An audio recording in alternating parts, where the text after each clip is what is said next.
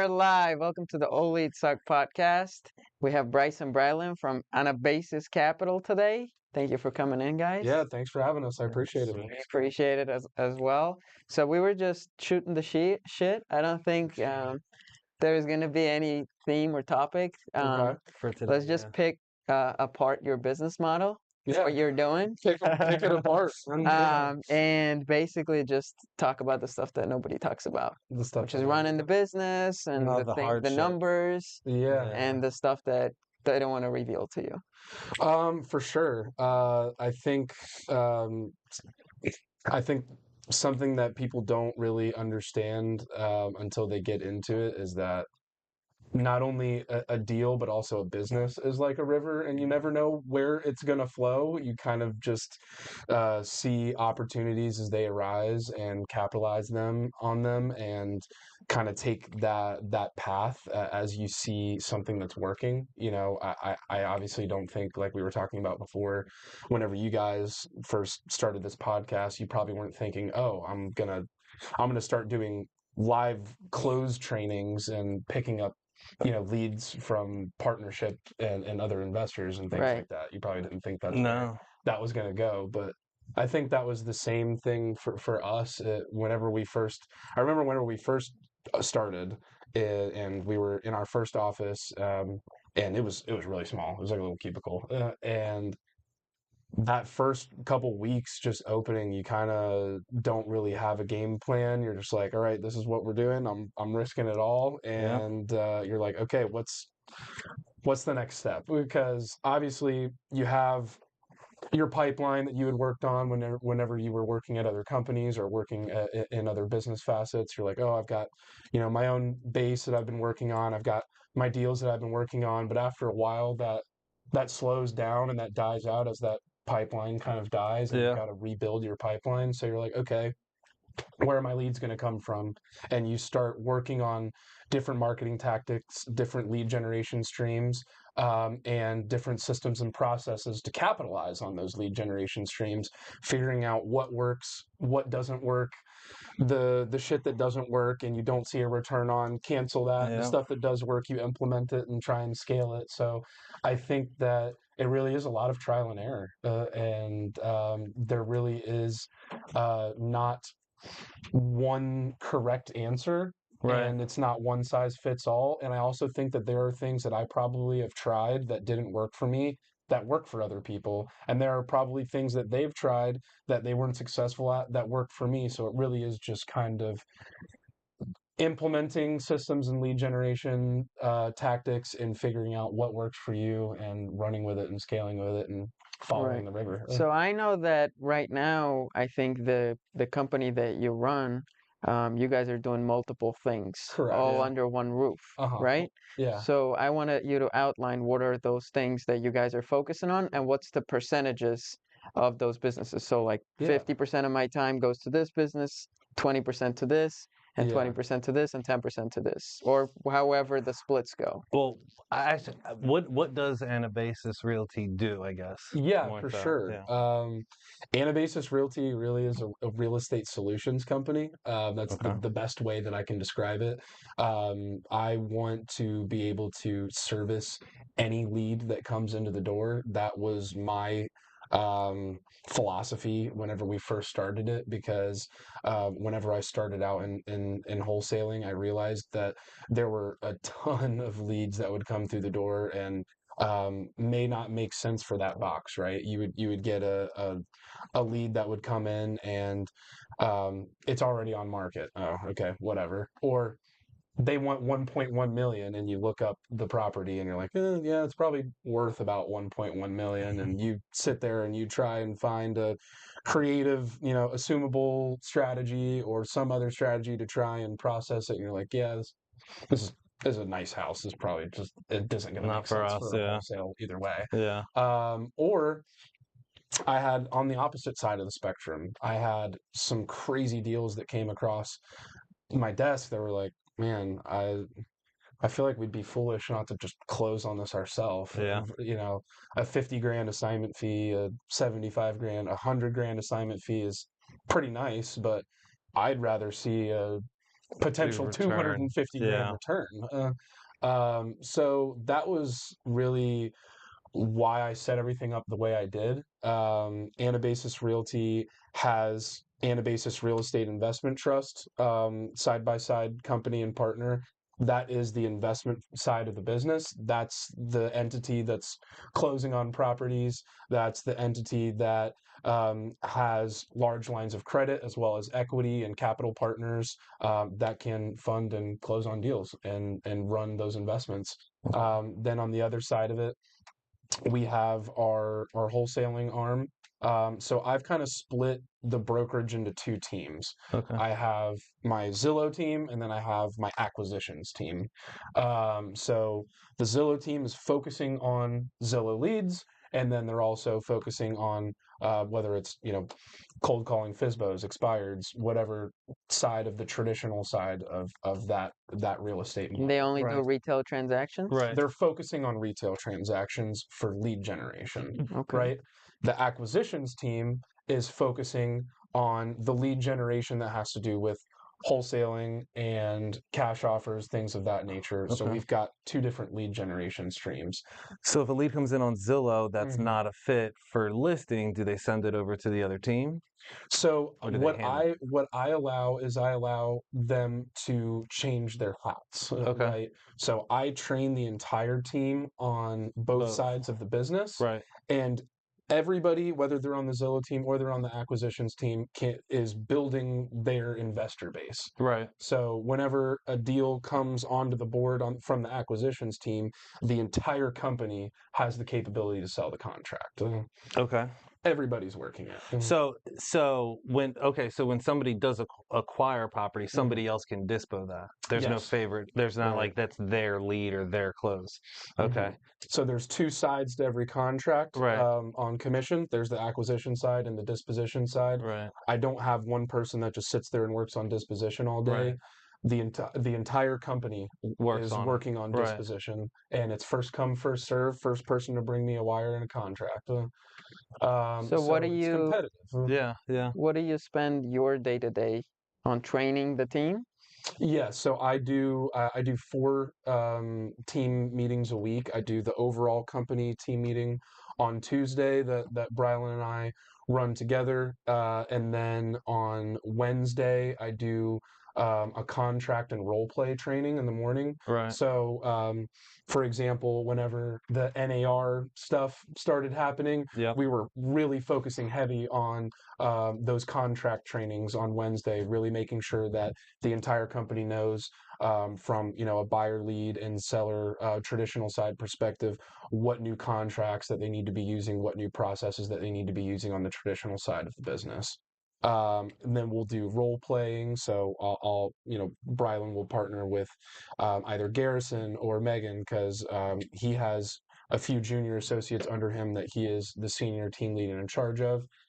So I'll have them partner up and role play and work on either their Zillow lead calls or their seller lead calls or different situations and scenarios of, hey, this is what type of role play that we need to be going through to overcome different types of objections. Okay.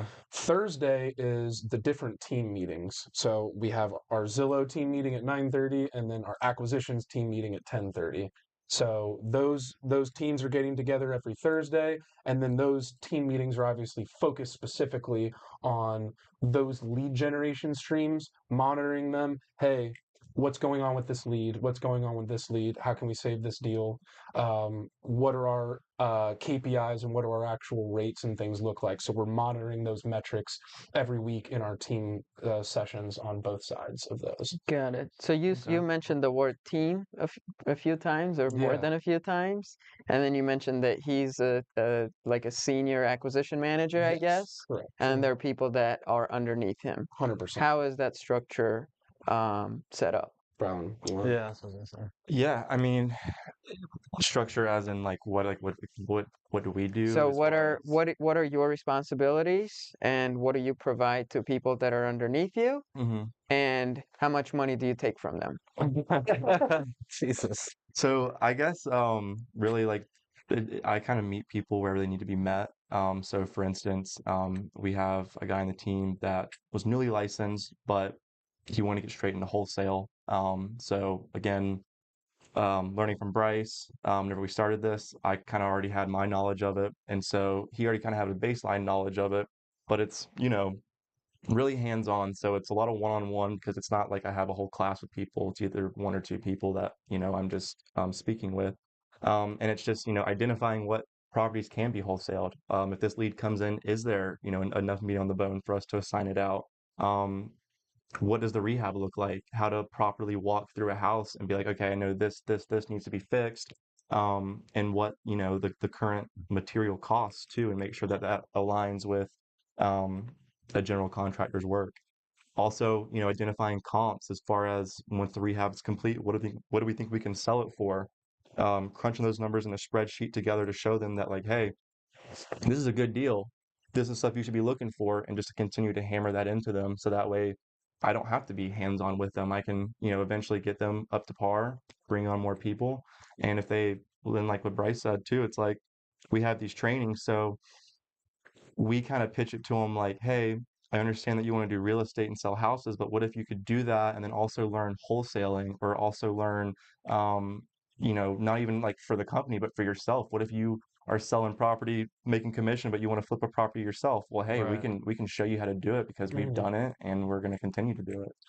So you and I both, well, I don't think you actually started we started at the same brokerage. I think you had Mhm. started before that, right?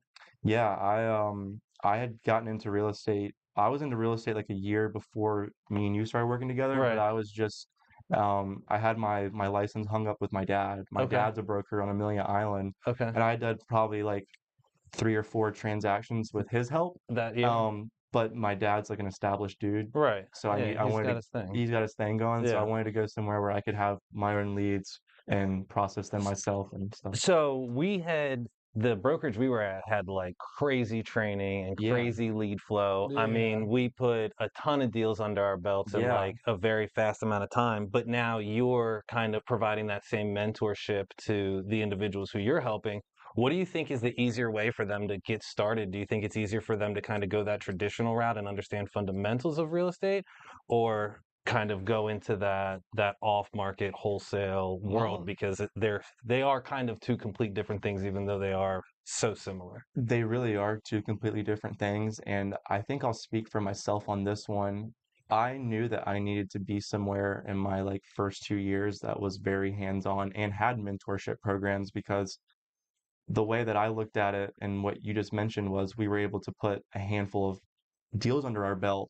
The average agent's only doing for what, 5 deals a year maybe. So Yeah. I Yeah. think my first year there, I did a little more than 20. Right. So that to me felt like 3 years of real estate experience. Right. So I feel like going somewhere that, has an influx of leads and has mentorship. And even if you have to like sacrifice some of your commission in the beginning, like the knowledge that you're gonna like obtain there is going to set you up for your future. And I would highly recommend going the high lead route in the beginning and just Right. getting thrown to the fire. Like, you want Right. to get into real estate? Okay, well go do Yeah. a real estate brokerage boot camp for a year, and Yeah. then you'll learn, and then Yeah. you'll Trial by fire. yeah. So they were taking 50% of your commission. How much do you take? It's case Dan by likes the case. good question. The good It's questions. tiered. So he's a senior, and as a senior associate, he can train and have agents under him. But there's two different positions. There's you come in as a junior, and then you can get promoted to associate. Once you're promoted, there's only a few seniors. Seniors are able to take guys under them for the mentorship program. The split is a little bit more for juniors, and then it's a little bit less once you get to associate. Are you Um, uncomfortable sharing the splits? Because it's okay if you are. the only it would take me a while to explain just because there's it's all based on so many different like there's so many different exit strategies. Right. The comp plan is like a whole table of It like changes for each strategy. yeah. Mm. So So we have wholesaling and regular like real estate commissions. Mhm. Could you give us the numbers on those two? So, like as a junior, if you're freshly licensed and you've never done real estate before and you're just coming in as a junior under Brylen, A senior's your wing. first deal, your first 3 deals are 50-50 no matter what, whether you generated it or That makes not, sense. because That's you easy. don't know what you're doing. Yeah. Right. From there, as a junior, And is that both wholesale and commission? that is just on the traditional side. Just under Okay. traditional That's just sense. on the traditional As side. a real estate agent. As a real estate agent. Makes sense. And then on the traditional side, once you finish your first 3 deals, you're at 70-30 on your personal stuff, 50-50 on your lead gen. Once you go up to associate, 75-25, 50-50. Once you go up to senior, 80-20, 50-50. So the difference between that is what the senior would earn. Now, does he get a cut from the person? He gets the difference. It's the difference The between full the 80. 50%? It's the difference between the 80 and the 50. The 80 and the 50. Correct. Got it. So it gets smaller and smaller as they progress. As they progress. Which is actually a nice way to do it, because you're still helping them and giving them a chance to learn, but as they get better and they need you less. Correct. Yeah, And so it's the same thing on the acquisition side, right? So for the seniors, for acquisition, they get 22.5. For sale, for dispo, they get 25. But that's a step down for associates and juniors, as it starts at 17.5, goes to 20, and then 22.5 for seniors. And then same on the dispo side, 20, 22.5, 25, and then the difference between that is what the seniors earn on the junior and associate productions under them for managing their deals. Nice. I would tell you should be happy to be saying those numbers, because that is a very generous amount for the wholesale industry. I mean, I know that the bar to entry on wholesale is very low, and that people just get in and try and do their deals, but most of the companies are not paying that and much. you generate the leads for them, right? Or no? Both, yes and no. So there are some that they're generating themselves on the acquisition side, and then there are some where I do have like cold callers that are running, and we do. And the leads come into the office. Yeah. So we have both. How do you distribute the leads? The leads are distributed through our CRM system. It's a first to claim based on who's in the office. I tell them, hey, don't claim it unless you're in the office. Yeah. And then when you're in the office, it's first to claim, and then it'll route into your system. Wow. Okay. So how do they claim it? Do they just accept the call, or it's on our CRM? It's on your CRM. You get a notification, and you can click to claim it. They're not live calls. The Zillows are live call transfers. The seller leads are just here's their name, number, information, best time to contact them, what they want for it, property address. Boomtown or I don't use Boomtown. I use Follow Up Boss. Gotcha. Yeah. Okay. Yeah, we had Follow Up Boss. We built our own CRM. We had Follow Up Boss. We really liked it. I love Follow Up Boss. When we went to the AI and all the automations and the voice calling, Follow Up Boss didn't have that ability yet. Yeah. So we built our own, which does like the VA cold calling that we use. And then we use it as live transfer to he and I whenever something's on there. Yeah. So tell me a little bit more about this business venture, AI Speakly, because I haven't looked into it a ton. I've seen like a lot of your stuff. I know that you're partnering with Dom. Yeah. I know that you have a couple of things going on. What does that partnership and what does that venture look like, and how is it generating not only leads for your business, and what does that volume look like, and how is it going so far from like a metric standpoint? And then also, is that something that you are, I would imagine, also selling those leads and packages to people as well? I assume there's two sides of it: personal lead gen and and the actual software sales. Yeah, how much y'all make off each lead? Yeah. That's a good one, actually. We could go into that, because we did change some of those things. But so the AI Speakly kind of came about. Sam and I have been together for a couple years now, putting deals together, and our main source of leads was the relationships we had with agents who weren't familiar with how to put deals together. So kind of similar to what Brylen's doing, like mentorship, except for it was more so like, just give us the lead, we'll take care of the rest, and you're going to get paid. You don't have to learn if you want to learn how to do it, by all means you can, but if not, we'll just take care of everything. So we wanted to find a way to get consistent with our business. Ran into Dom while we were at another office we were working out of, and Dom, as you know, had Cash Geeks, had 40, 50 cold callers in the Philippines and in South America at one time, sold Cash Geeks, but he was selling leads for people, and they were after he sold the business. Yeah, after he sold the business. business, he was selling leads, and he was working out of Gary's brokerage, which was where we were working out of. And his whole plan was like one realty, one realty for? So his whole plan was to basically give cash offers, and if they weren't going for it, hey, well, I can list it for you. Yeah. You know, so kind of almost like what you guys do.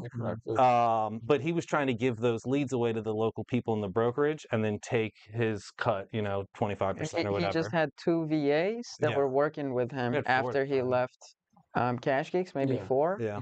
And he essentially was just generating the leads, and he was initially going to do it for himself, just so he can basically be a realtor. Yeah. But then all the realtors started asking him what he was doing, so he decided to turn that into a business and just give the leads to the realtors and then get paid after they close the deal. Right.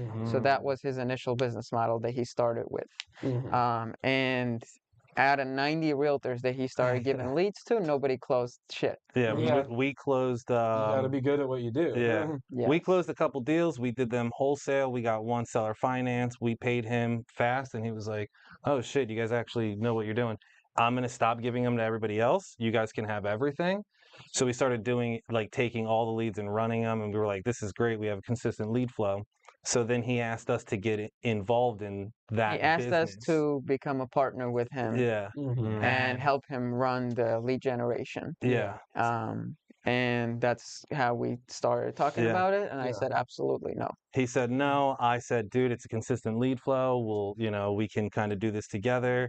We'll take some time, to allocate to both. Yeah. And it'll be okay. He still wasn't for it. I still was trying to figure out how we could do it so that we had consistent. Why weren't you so for it in the beginning? What? Because it's a big business. It's a big change of where your time is spent. Yeah, of course. Yeah. And there's so many things that pop up and come into play, and hiring, firing, training, and quality control, and so much stuff that you don't think about. You're just excited. Right. So the thought at the time, we started using a lot of ChatGPT and a lot of AI stuff for what we were doing. And somebody showed me AI voice calls. Yeah. And I was like, oh shit. Forget having people in the Philippines who have a hard time speaking English, the phone breaks up or whatever. Yeah.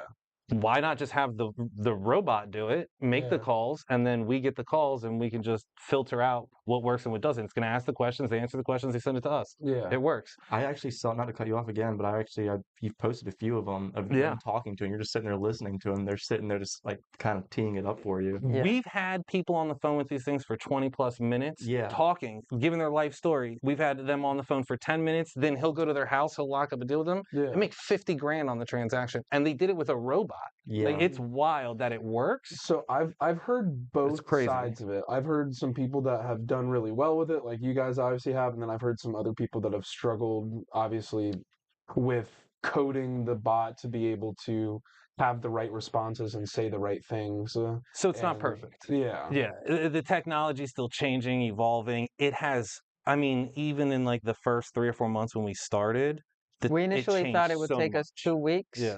To basically put everything in place. Yeah. And it took us 9.5 months. Yeah. And so we were not doing anything but developing the product for 9.5 months, and we were not wholesaling at all. Just here and there, incoming leads, people that bring us deals, word of mouth. We stopped doing everything, and we were just working on that because we just saw the potential of what it could accomplish. So it's interesting, even when we got to that 9-month mark, it ended up changing a couple months later again, just because we found a better engineer for the voice and everything.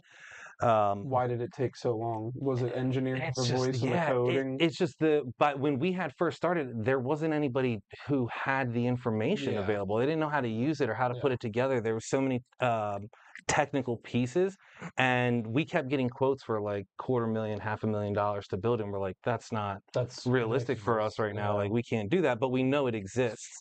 So the first phase of it for us was running it for people, taking their motivated seller list, putting it through the system, having the calls analyzed, and then sending the calls that were leads over to them via email. Mm-hmm. And at first we started with $1,000 setup and $2,000 or $3,000 a month, depending on how many leads you were getting a month, which was anywhere from 60 to 100 leads a month. We were selling it as you're hiring a VA. Right. So you're gonna pay, a couple grand a month, Yep. and that's gonna, be as if you hired 1.5 VAs in the Philippines. That's how many leads it's gonna generate for you. Yeah. And then we started sending leads to people over email. And the first couple months when we were sending the leads, and this is what's considered a lead, right? To us, it was anybody who said, yes, I want to sell my house. So they said, yes, I want to sell my house. Are you sure you want to sell? Yes. So they confirm it twice, and they say, I want to sell it in this amount of time. If they said those two things, that's a lead. It goes into your system. And 99% of people complained about those leads. Yeah, because they probably didn't. You weren't filtering motivation. Correct. Essentially. There was no filters.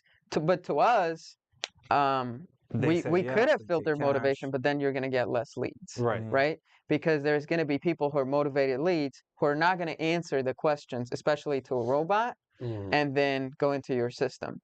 So to us, the way we would have ran it is we would have just taken all those leads, right? And we wouldn't have filtered, because then you're going to have fallout, and you're going to spend a lot more on lead generation just to get an extra filter, instead of just picking up the phone and calling that person and saying, figuring out why they want to sell or what they want to sell for. Yeah, so at first it was kind of like, can we just qualify that they would even take a cash offer? And if they would take a cash offer and we have no idea what the motivation is, then that's a lead. And that's kind of where all leads suck came from, because people would be like, hey, this lead sucks. And you're like, the guy literally said he would take cash. He said he would close in 30 days. He said he'd sell this piece of shit, and that's a lead that sucks. And they'd be like, well, I can't get him back on the phone. But he still said all of those things. Continue to call him as many times as you had to. We go and take a look, and I think the guy texted him once. And it's like, dude, you didn't even call him. So like, you're complaining about the lead, but like, you called 6 times, 3 text messages in what, 30 minutes? That's what we're used to.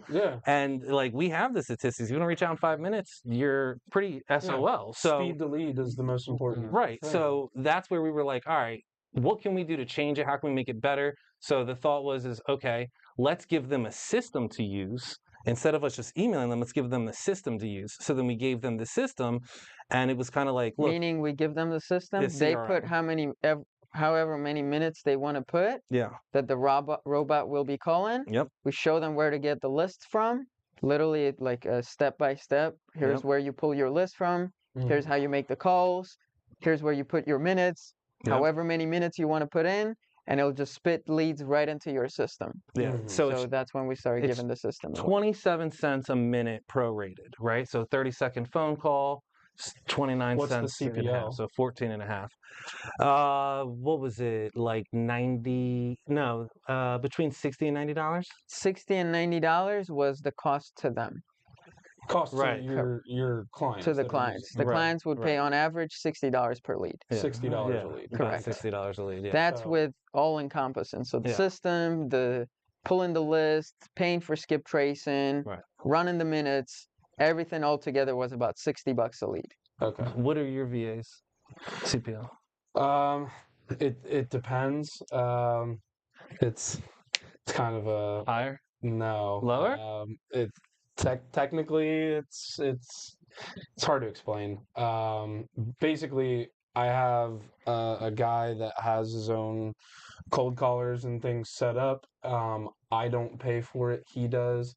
I have a pay at close percentage with him negotiated in a contract. Gotcha. And I just provide the data. Okay. And so that's how I run it. That's not bad. And I believe a little bit more in building up a data list than trying to always pull new lists and just calling the same people. Because after a while, it gets stale. There's only so many properties in Northeast Florida. Right. You're going to run out of data eventually. So what we do is we are doing it everywhere. Yeah, we pull the I don't do. Yeah, we pull the new lists though, even in Jacksonville.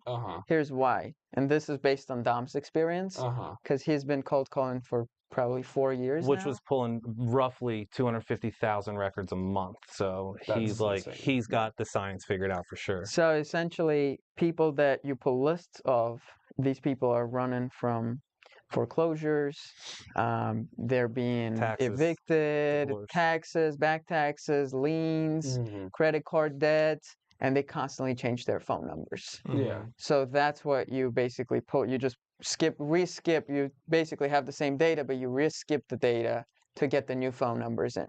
Because according to their tests, 38% of people change their phone numbers within a few months of you calling. So that's where it gets Predators stale. just contacting them and everything. So So, but basically what happened when we started giving the system away to people, they still kept complaining.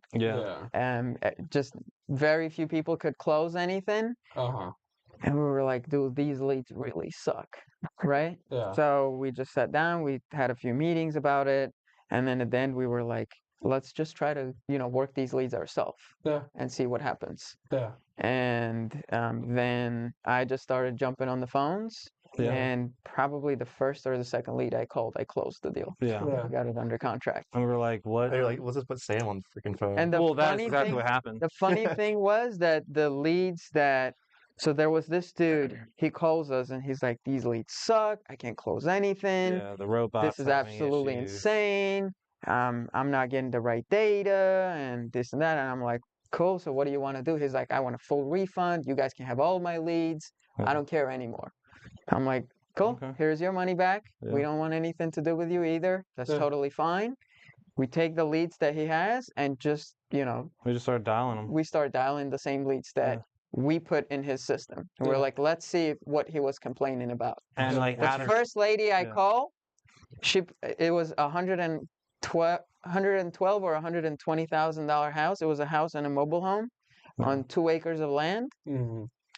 And she in Jacksonville or no, this was in Alabama. Alabama. Yeah. It was a probate. Correct. It was kind of like a probate lead. So her husband was like on the way to die. Pre-probate. So basically, I call her, I talk to her. She's like one of the most motivated sellers I could have ever gotten on the phone. And I'm like, so how much are you asking? She's like, well, I was hoping to get 80. And I make her an offer at like 50 grand. She accepts. And that lead, so we end up renegotiating that lead. And we end up getting it because there was a lot of stuff that came up that she didn't tell us about. But we end up renegotiating that lead down to $25,000. That's insane. And we made like 35 grand off of that one transaction. We put it on the market. So I've totally explained everything to her, disclosed everything to her. We made it a novation lead, meaning we have the right to market the property on the MLS. We just contacted a local realtor. He put it up for sale. We basically promised a $5,000 commission to him. After everything was paid, we made over $30,000. So that's basically what you guys are doing, wholesaling all over the country. Is you're going with the novation route and giving it to an agent for MLS marketing and whatever local. It depends. So it's still dependent. It's not all novation. How do you, like, not being from those markets, like, how do you know where to lock it up at? Dude, same shit we're doing here, right? Like, we're running comps. We're seeing what's available for sale in that market. What's the population? How are y'all getting access to those MLSs? We don't, dude, Zillow's a fucking hell of a thing. Yeah. So that's the hard part, right? And that's what changed things for us. So we started doing PPC and Facebook ads. Yeah, you guys were doing Bateman Collective. Right? Yeah, Bateman. Great. If you guys don't use them, I would highly suggest because I love them. But just not in Jacksonville because we own the market here in Jacksonville. Dead serious though. But yes, we still use them. Yeah. Okay. They're very good. They're exclusive, so you guys own the. We just spend the most amount of money. We just spend the most amount of money, and our like click-through rate is like. They have like almost 1,000 people that they do leads for, and we're like in the top 5% for click-through and conversion rate for them. Nice. And I forget how much I was looking at last time, but like 30% of the time that an ad in Jacksonville pops up, it's our ad for them. But they have a really good system. Anyway, we went nationwide, and what we learned was certain markets you can't see what the solds are. So that really made things hard. We thought we had a deal. The house down the street's listed at 200. This one we think we're getting at 60, right? So we like, okay, there's got to be some money in there. Yeah. But then you find out that house is way overpriced. You can't tell though, right? So like it was really hard. So we started kind of pinpointing where we could get a better idea. Some of the houses we locked up in populations of 200 people. And then we're like, this isn't, who's going to buy this house? It's 3 hours away from the closest city. Yeah. Nobody lives here. This isn't a good deal. So it just started changing, going to more dense cities, different areas. So now we're like basically from here to Texas up to Wisconsin. Damn. And just like in specific cities. Are you using like PropStream or No. any other type of like to try to run comps? You're Dude, literally just using Zillow. Zillow Zillow. sold and Realtor.com, and Interesting. it's easy. Here's why it works so much easier, because you just go, hey, hop on Zillow with me right now. Show me a house that sold at that price Yeah. in this condition, right? Look at what houses sold in this condition at this price and how much it would take to get your house there. Yeah. And I got to make money too, right? And they're looking at it. Yeah. They have the same access, so it's the same conversation. The only problem is we don't know, is that historic Springfield, is that the other side of Exactly, 95, like yeah. where are we exactly? Which is Everything's tough. so like location specific. You It can buy a is. couple blocks. It is. So that does make things a little difficult, but like our cancellation rate or our fallout rate is actually very low. What did we say it was the other day? Like 22% or something like that? 20% or 23? less. Yeah, it's actually pretty low, because we usually do lock it up well. And if we end up finding out that it's in the wrong neighborhood or something's going on, we usually can get the renegotiation to make it work Yeah. and make it make sense. But I mean, it's a lot of problem solving, and you're nationwide, so it's like. So the Not reason as we easy. went nationwide with PPC is Yeah. because we didn't want to necessarily go and pull data in those specific cities. For sure. So we pulled the data in Jacksonville, and the AI calls the Jacksonville Yeah. leads. Uh-huh. But one of the biggest issues that any sales organization is having is follow-up. Of Right. course. Yeah. So we use the same AI to follow up with our leads that are dead. Right. Okay. So anybody that said, I don't want to sell right now, call me in 3 months, or they're overpriced right now, we have stages that we have built inside of our CRM. Yeah. We drag that lead into that stage, and the AI will automatically text them, call them, email them, and it'll try to get them back on the line and live transfer it back to the office. Okay. So AI is going to call them, hey, there was an inquiry 2 months ago or a month ago, and you were interested in selling your house. Are you still interested, or have you already sold? Yeah. No, I'm still interested. Yeah. Great. Let me get you to my manager so we can get you an offer. Live transfer into It's the office. A little more than that. It's, would you take a cash offer? Could you tell me the condition of the property? How quickly would you like to move? Would you truly accept a cash offer if the price worked for both parties? And can I transfer you to my manager? Yeah. And if they say yes to all those things, it comes to one of us too. Okay. Yeah. What other city other than Jacksonville are y'all crushing it in right now? That's just Dude, some random. this is the most random to me, but like Alabama, Yeah. we love Alabama. Like I fine. almost moved to Alabama because of how much fucking business we do over there. The houses are crazy in some of these neighborhoods. Have you ever Probably been cheap. to Alabama? No, no, I don't even And that's know what the the last time I first flew lead over that I Alabama. locked up, it was in Alabama. Alabama, yeah. So that's why we went there. Yeah. Yeah. And then we were like, this is a gold mine. Yeah. Yeah. Georgia's pretty decent too. Yeah. Like Atlanta, obviously it's such a big metro. Mm-hmm. But it is a little bit harder because people that know the area will pay better. Yeah. They for will sure. pay better than we will, because we're trying to make sure we're not getting screwed, or that we're Yeah. not going to be in a tough position. But I think what's really helped us is kind of similar to Does you that guys. affect like your capabilities of not like obviously on a conversion rate on cancellation? That's one thing. You guys are obviously trying to lock it up for good prices. Right. But what about like a conversion rate of actually getting deals under contract because you may be coming in lower? You said than- 1 out of 5, right? Yeah, it's Yeah, about so- 1 out of 5 we lock up right now. 1 out of 5 inbound. Yes. Yeah, 1 out of Okay. 5 inbound. Yeah. Okay. It's closer Um, to 1 out of 12 for outbound. Yeah. So Okay. AI is less. Yeah. Yeah. But that's. But you it pay a makes lot sense. more for inbound. And it makes Mhm, sense yeah. though, because these are people who are searching for your service versus Yeah. people who you're telling them that you provide this service for them. Yeah. So Right. it does make sense. But yeah, it's been very interesting to see. When we first started doing PPC, we did PPC in just Jacksonville, and it did not go that well for us. So we spent like almost 30 grand. It didn't go far. But the other side of it, which is what I was saying, is we don't just go in there and do the cash offer. We do cash offer. We essentially explain to them the novation process. Like, look, you can get more money, and we'll handle everything on the other side. We'll list it. We'll negotiate with the investors, the buyers on the other side. You won't have to worry about nothing. This is your guaranteed number. They like that. Or we do a lot of sub 2 as well, which has just been a big change for us, the seller finance.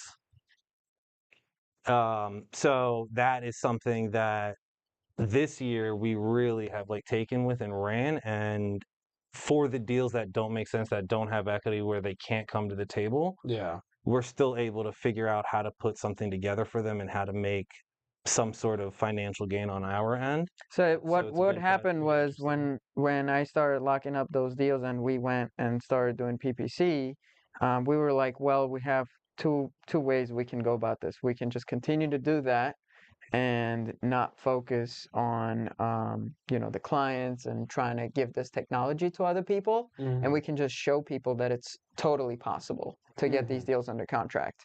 And that's when we started having ideas of doing trainings for people, Yeah. because at the end of the day, the concept of all leads suck is the concept that all leads don't actually suck. Of course. You suck Right. as a closer. Right. So that's why we started doing the trainings. Yeah. And then we decided, okay, well, there's two ways we can go about this. We can put more focus into this company and try to, teach people more so, and just continue to develop the technology. What's your goal at this point? Is it that, or So that was the initial thought, Yeah. and that's what we did initially. And Yeah. we said, instead of us hustling these deals, let's just get people in the door as acquisition managers. We'll train them in-house, and then we'll try to focus on just, the lead generation and marketing. Right. So we brought in 2 people, and actually we brought in way more than 2. Yeah. We just the 2 that actually stuck around and had some kind of potential. And both of them are gone now. Right. So none of them lasted, even though one of the guys that we had working here in office closed close to 800 deals, Right. but they were all cash deals, Yeah. right? So he used to be like the most top senior acquisition manager at another wholesale company, and we just had super high hopes. He couldn't wrap his head around novation. He couldn't wrap his head around novations, and he couldn't wrap his head around sub 2 or seller financing. Yeah. And almost every lead that came into the office, it was like just crystal clear to me that, okay, this is clearly innovation. We can't, I mean, you should offer them cash, but they're not going to take that. And we're just letting this lead go. Or this is clearly a seller finance deal. This is what you have to offer.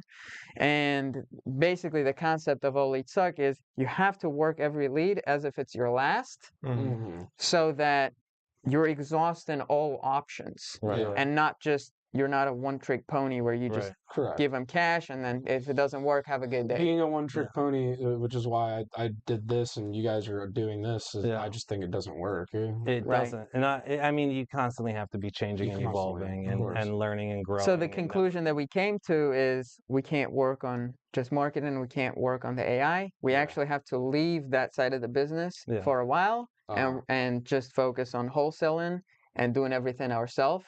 So right now, the way our company is structured is me and Lewis, we're doing the acquisitions, and then Dom is doing all the dispo. And we don't want to hire any salespeople. But there's a reason for that, right? So like, we're essentially projected to do between $2.5 and $3.5 million in the next 12 months In spread revenue, right? That's with 3 of us. With Dom having 60 employees, they were doing 4 or 5. 4. They were doing 4 million. So we were like, wait a second, why have the stress of having to manage 60 people? And like, did you follow up with that lead? Did you do that? Like, I'll just do it myself, and that'll be the focus. And what it'll be essentially is just showing people relentlessly that like it's possible, you can do it.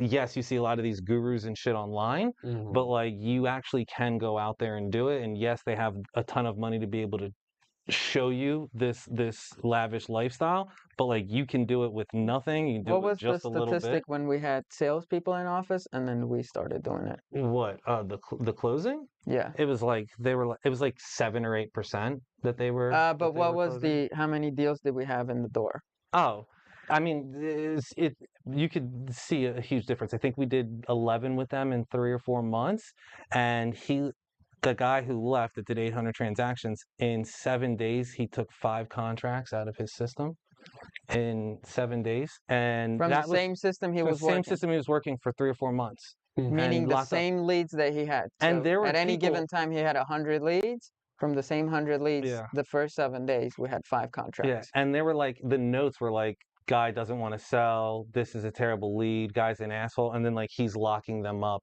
in 1 week, and we're like, okay, well, obviously you were the issue here, not the lead or not the process. So it's been a drastic change since we've kind of done this. Now it requires us to always have to be on, which limits us everywhere else that we're trying to go. But that's why we've tried to do the trainings, just to kind of show people like, look, it's legit, it works, which has been really good because we've partnered with really good people who have joined, and we've helped a lot of people get started, get their first deal. So I think the game plan that we're really trying to work towards is just continue to have that authority in the marketplace as like genuine people who are really doing this, because we were so hurt by finding out about our heroes. You know, what do they say? You never want to meet your hero or whatever. Yeah. So like we had just found out that we're watching people who have thousands of rentals, who have hundreds of pad splits or Airbnbs, and then you talk to the executives at Pad Split and they're like, that guy has 1.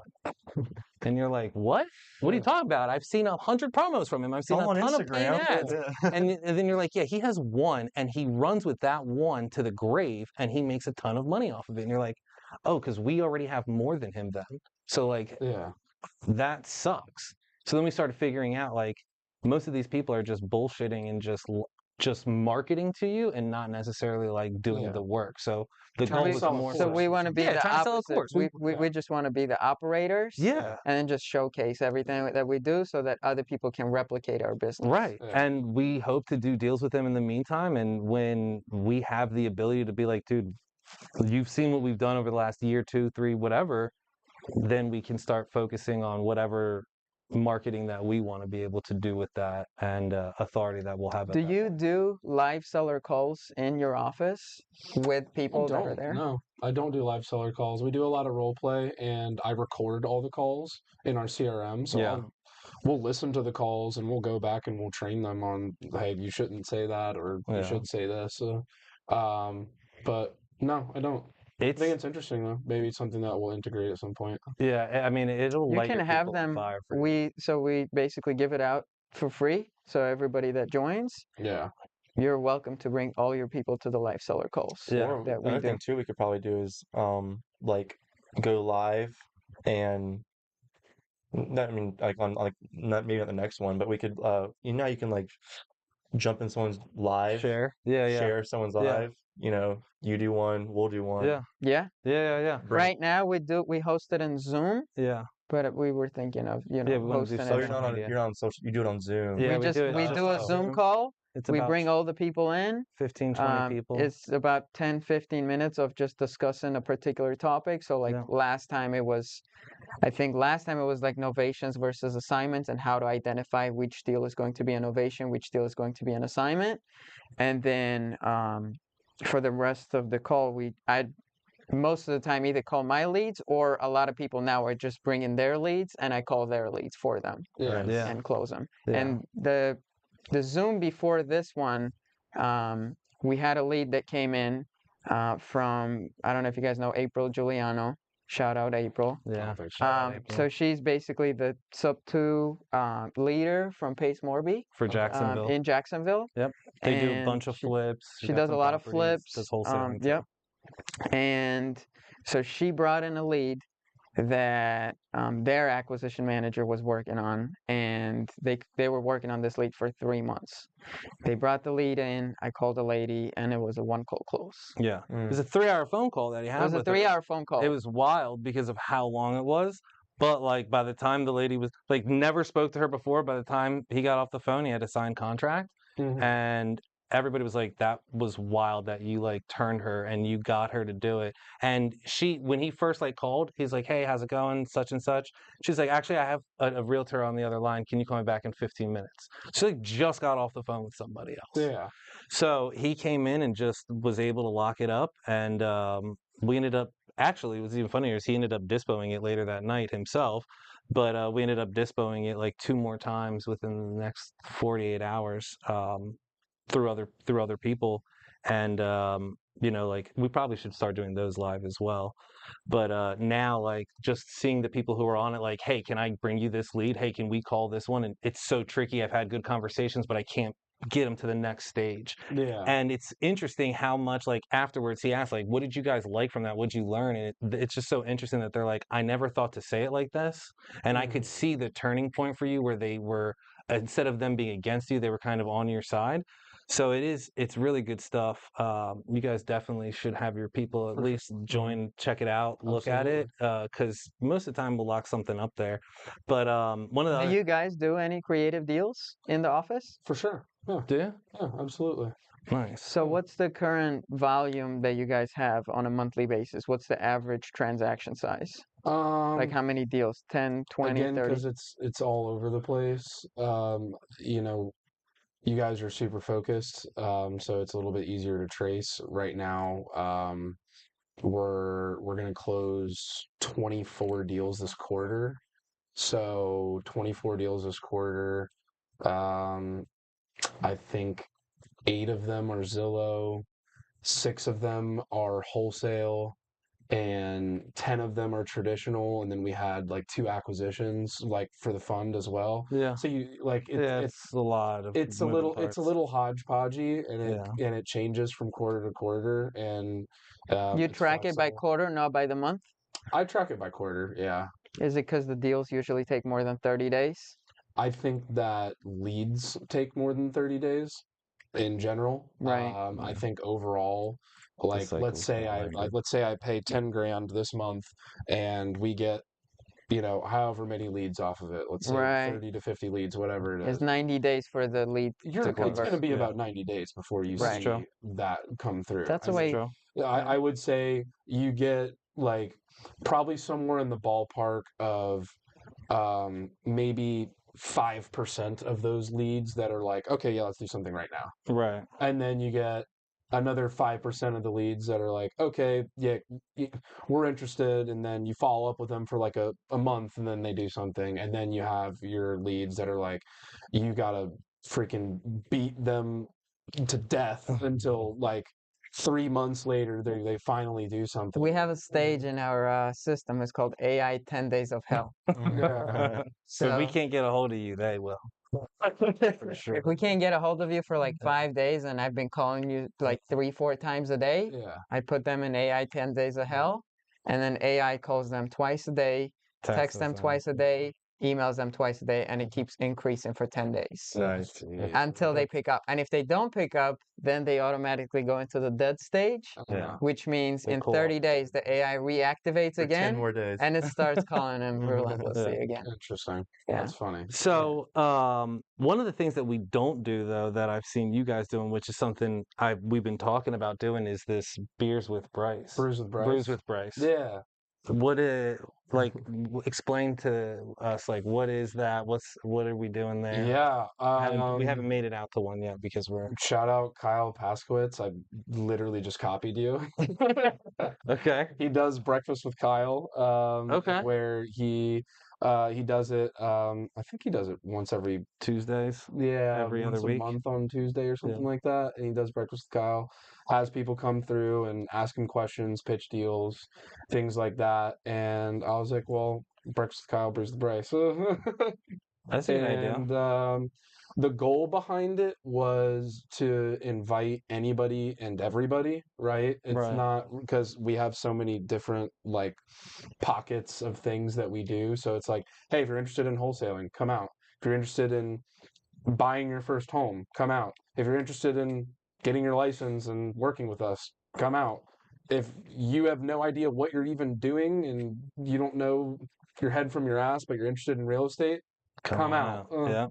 Yeah. And it's really just becoming not only a networking event, but a chance for everybody on the team to get together and relax and have some Yeah. food and drinks, but also maybe invite out somebody that they're working on a lead, and maybe it's on the traditional side and they're trying to get a listing contract, but they're right on that cusp and you want to build a relationship with them. Come out, maybe it'll help you build a better in-person relationship and get that deal. Or maybe somebody at the last one was like, hey, I got this really interesting off-market deal that I'm working on that's commercial, that I've already lined everything up, and we were looking for an equity partner on it. Would you guys be interested in funding some money into this and taking like a limited partner position? And we co-GP it. So I think that's sweet. interesting. I'm Yeah. reviewing that deal right Yeah. now. So just whatever may come about from the network, you Right. never know what's going to happen and what opportunity presents itself. So And when do you host the events? at the end of every quarter. We do it once a quarter at the end of every quarter. So we just did this one. Next one we'll do. You do Probably everything by quarters? Yeah, I'm a quarterly guy. Okay. At the end of next quarter, I'll probably do the same one as we did last year. We did like a ugly Christmas sweater competition, and I gave out a prize for it. And, Nice. it was fun. What if someone comes out naked? That counts. I mean, depending on the person, that could be pretty ugly. So they Okay. might win. So, is it always the same place? No, we've done a different place every single time that Really? we've done it, just because what I've found that is like as you do different locations, different people come.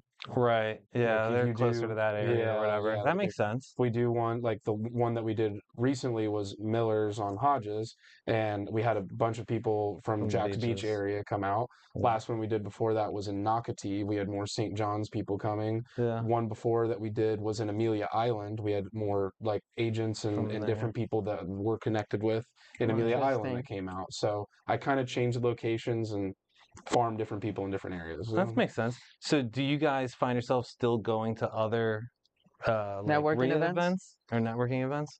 I haven't personally. I've been super busy. Yeah. Shame on me. We haven't But gone either. We've been terrible. I mean, I used to be.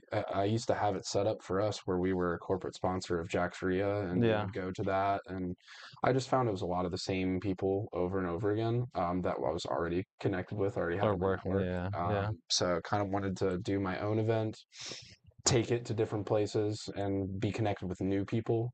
As far as going to I always tell, I mean, he tells everybody in the office too, like, Do you you should still go- go to Yellowbird. Do you go to Yeah, networking so- events? If I feel like if I feel like it's gonna bring me value, I will. But I mean, I'm Yeah. not just drilling over every networking event because I mean, Yeah. just like he said, whenever you go to like a handful of them, it's still the same people, and it's like if I have a deal, I know you can sell it for me, or vice versa. But at the end of the day, like it's good to network, with them. But I also, is it a money making activity? I don't know. Right. I don't know. Will there be a bruise with Brylen? We'll do like little like last year, we'll choose different agents sometimes to headline it. Like we have a guy Ryder, we did it at a golf course because he likes to golf. I did one Dang, at you didn't invite me to that? What's up? You didn't invite me to that? You got It was you on must have Facebook, Facebook. It's all dude. over Facebook. Everybody's invited. Shit. Yeah, everyone Everybody's can go. invited. I did one at Jekyll Brewing. It's Yeah. it's I'll let like one of the senior guys or somebody in the office take a spotlight for it, like a Nice. Bruce I've Bryce- had this Brylen edition. I've had this idea for a while. So when I Oh, used to God. live in LA, my very first meetup or networking event I went to was playing a game called Cash Flow. I Yeah. don't know if you've ever played that game. It's a game that's similar to Monopoly, Mhm. that was created by Robert Kiyosaki. Okay. And it's basically Monopoly that's a little more advanced. Yeah. So I didn't actually know it was going to be a game. I just saw Cash Flow and I was like, I'm going there. Yeah. So I went and it was like a full out table game with them dividing you into groups of like 10 people. You sit across the table, and then you're just playing basically Monopoly. Yeah. And it was probably one of the best networking events I've gone to, because you're actually collaborating with people, and you're Right. trying to partner on deals, and it's just a game, right? Yeah. Yeah. You kind of get a good feel for like who you'd want to work with, how or you would work with yeah, them. how Yeah. you'd kind of Right, exactly. So it was very fun. I met a lot of people there, and I've never seen anybody do anything like that That's in interesting. Jacksonville. So I think something too that's honestly been sort of a success for me is just like trying to talk to strangers, like just going out of your way to talk to somebody randomly. And actually today, it was a funny story. I had a closing today in St. Augustine, and the closing was from my Uber driver who drove me home from Pete's one night when I was at a night of drinking. damn. So I literally get into the Wow. Uber. I had 8 minutes with this guy, and he was just, I had 8 minutes, and it was 2 a.m. and he's talking to me about how he wants to buy a house, yada yada yada. He can't afford it because he thinks that X, Y, and Z is happening to his credit. And got his phone number the next day, called him Sunday morning, and got him with one of my lenders. Came up with like a month and like a 60-day plan to get his credit to where it needs to be, and we closed this morning on a house in St. Augustine. Nice. Wow. So I See? think I also take the organic route Yeah, sometimes too. you got to. Like I've had a handful of, I mean, it's not like all my clothing's organic, but I do get a little peppered in there where it's Yeah. like, yeah, this guy was from so and so, or this is so and so's friend's mom, or Right. whatever, and it's Yeah. like, Wow. Yeah, you got to take those opportunities when you get them. mhm. So I know you bought a house Mhm. within the last 2 years, right? Yeah, it was Three? last year. Yeah. Yeah. What's up, dude? Dude, I have all my money in Bitcoin? I have a lot No, of I'm money. kidding. I have a lot of my money in stocks and crypto, unfortunately. Yeah? But not unfortunately, I Yeah. got in. I mean, I got into it probably like right whenever COVID hit. Are you worried about the election? Honestly, like I think if Kamala comes in and she has that unrealized gains tax That's bullshit wild. come through, that's wild. That That's would wild. piss me off. Are you But moving out of the country? no. Yeah. But yeah, I mean, You're just gonna I realize think all your Western gains? society, United States in general, is on the downfall no Yeah. matter which way it goes. Yeah, Kind of damned if you do, damned if you don't. So for sure. you kind of, I think the best thing that we can all do as entrepreneurs is continue to do what we do every day, and that is being nimble, and ever changing our money making activities, and no matter what happens, you know what I mean? Different elections, or Supreme Court rulings, or changes in the market are gonna always happen, and I You're gonna see. wake up in the same bed the next day. Yeah. but I will get one though to answer your question. I'm Yeah. actually working on probably one of the biggest deal of my life, and if I can get it to go through, then I'll probably Well, I got pull a the trigger on a house. duplex at the beach if it does go through. If you're looking for Is that something. the one on 7th Ave? No, it's right by it though. Is it on 7th Ave? No, it's not. But I know who you're talking about. I know. I know who you're talking about. It's right by there though. How- where is that? I went by it. Did he sell it? No. I What's think it's he on doing? 5th. North? Yes. How is it? What side of 3rd Ave? On the beach side. Mm. It's a corner unit. How much do they want for it? They want a hefty penny, but it'd be a But- good investment. And your Mhm. dad's also in real estate, so he could help you with that one. But it'd be a He good want- thing he for wants- you. No, he wants one over there bad. Yeah, He But hits it'd be me a up good all the thing for time. you too. So We've been I was looking just at looking. Jack's Beach multis for It's a so while. tough. I It's mean, so they're hard. just so overpriced. So They really are. But overpriced. if you're gonna live in it, then it is what it is, and you It kind of is, just but we're accept still it. trying to make the numbers pencil to some degree if we're still They gonna buy don't. it. They will. They just literally cannot. They don't pencil in. It just doesn't make sense. But they're not making any more beach, so you kind of Right, can't do yeah. anything about that. You take what you can get on I each even ship. think People are maybe knocking those like things down. Mayport area is like, I mean, like up there near like, north of Atlantic Boulevard, like up in those little pockets, you can still find some like Yeah. affordable starter homes. Yeah. But as far as like the multifamily goes, no, I agree. It's like it's just too much to chew sometimes. But like the Yeah, that's why I locations. moved to the burbs, dude. We lived at the beach and You're in got St. twice John's, as- I thought. Yeah, we're in the burbs. Yeah, you're Burbs. in like Yeah. D.R. Horton community, No, we're in a Dreamfinders. Dreamfinder. That's Yeah, right. Beacon Lake. But Oh yeah, Beacon Lake. yeah, That was the that's- first neighborhood I ever sold a property in was Yeah. Beacon Lake. Yeah, there you go. I made like $1,200. Yeah. Yeah, I know. But yeah, I mean I think that's something you got to do. Either that or get an investment property. You got to get you something. You got to get you something. Yeah, I do. Oh, what are we gonna plug? Go ahead, just talk. Fuck. Oh, okay. So how can people find you? Yeah. Yeah, I mean, our website, our Facebook page, our Instagram. What are they? Yeah. All of them. Anabasis Realty on Instagram, Anabasis Realty on Facebook, Anabasis Realty on Google. Brylen Erickson is my IG. Yeah, Facebook. Bryce Ocepek and Brylen Erickson on Instagram. And where do you live and what's your social security number? But yeah, definitely if you're interested in anything that we talked about with our business model, don't hesitate to reach out to either of us on any of the facets that we talked about. And if you guys want to get involved with AI Speakly, Yeah. Yeah, Need help selling a deal soon. Yeah. Thank you guys for coming out. It's great to have you. Very interesting podcast. I think the first off-market deal I did was with the three of us here, and being able to do real estate with you was at that another the venture. was that the That sixth was the unit? 6th unit. The sixth Yeah. unit? That was Okay. You didn't do that deal.